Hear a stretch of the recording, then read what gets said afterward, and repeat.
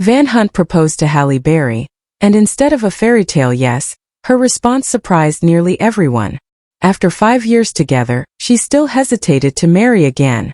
For Halle, marriage was no longer a symbol of safety or success. 3 painful relationships had taught her how love could turn dark, how trust could fracture, and how independence could become survival. At 58, she was wealthier, more influential, and more self-possessed than ever, quietly building a business empire while paying thousands each month to 2 former partners.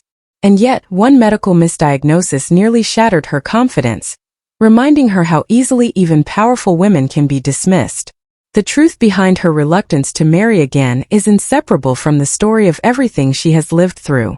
Halle Berry was born on August 14, 1966, in Cleveland, Ohio. From the beginning, her life carried tension and contrast.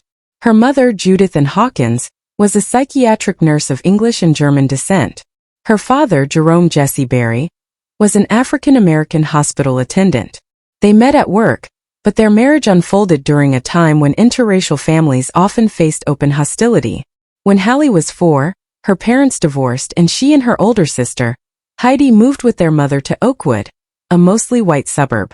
Almost immediately, Halle became aware of how different she was.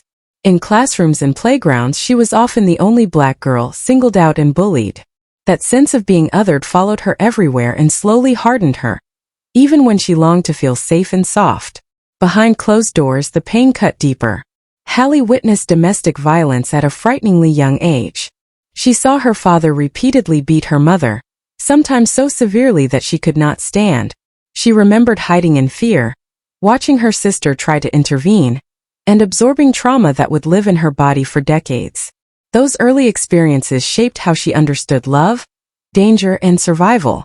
As an adult, she later admitted that she slipped into abusive relationships herself, unconsciously repeating what she had seen.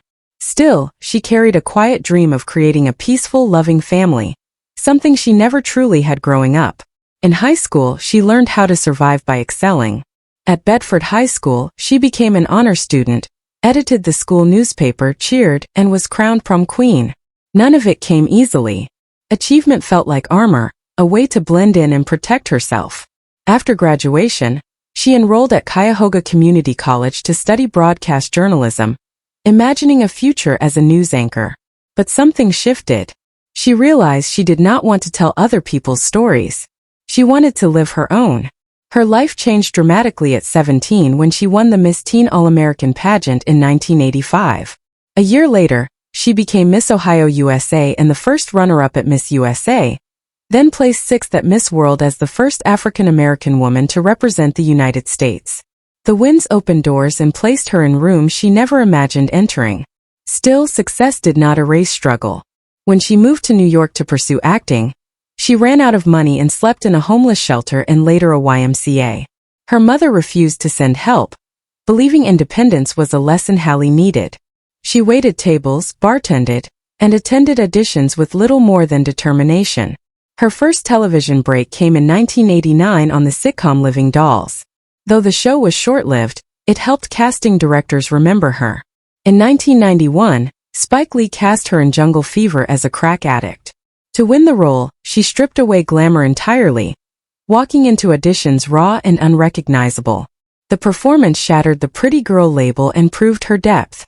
A year later, Boomerang made her a romantic lead audiences connected with, and films like Losing Isaiah further cemented her reputation as fearless and emotionally honest.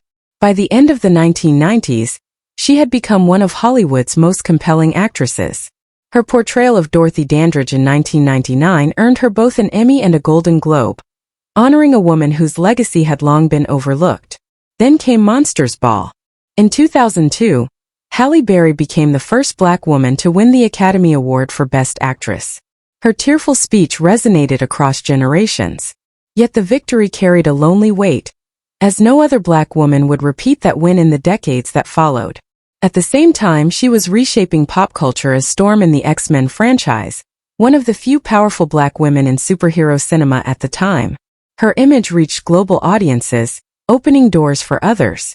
In 2002, she also became a Bond girl in Die Another Day, creating one of the most iconic scenes in franchise history. But triumph was followed by collapse. Catwoman in 2004 was a critical and commercial disaster. The backlash was brutal, and unlike many white peers, she was not granted an easy recovery. She accepted her Razzie in person, holding it beside her Oscar, choosing humor over shame. Her personal life mirrored the turbulence. She married baseball star David Justice in 1993, but the relationship ended amid allegations of domestic violence and lasting physical injury, including significant hearing loss. Her second marriage to singer Eric Benet unraveled publicly after revelations of infidelity. The humiliation and media mockery nearly broke her. Her third major relationship with Gabriel Aubry ended in years of bitter custody battles, financial strain, and public confrontations. Later, her marriage to Olivier Martinez dissolved into prolonged legal disputes that stretched into the 2020s, leaving her financially responsible for child support, while continuing to work relentlessly. In 2022, a deeply personal medical incident changed her path again. After waking with severe pain, she was misdiagnosed with herpes, despite negative tests. The truth was perimenopause, a condition many doctors fail to properly recognize. The experience shook her and exposed a larger systemic failure. She turned her anger into action, transforming her wellness brand into Respin Health, a menopause education and support platform that reached tens of thousands of women. By speaking openly, she became an advocate for midlife women who felt invisible and dismissed. Through it all, her relationship with Van Hunt remained steady. They met in 2020 and built something calmer than anything she had known. When he proposed, she did not reject him, but she did not rush either. Marriage for her was no longer proof of love. Safety, respect, and autonomy mattered more. At 58, Halle Berry stood in a chapter defined not by reinvention, but by self-definition, fully aware of her past and finally in control of her future.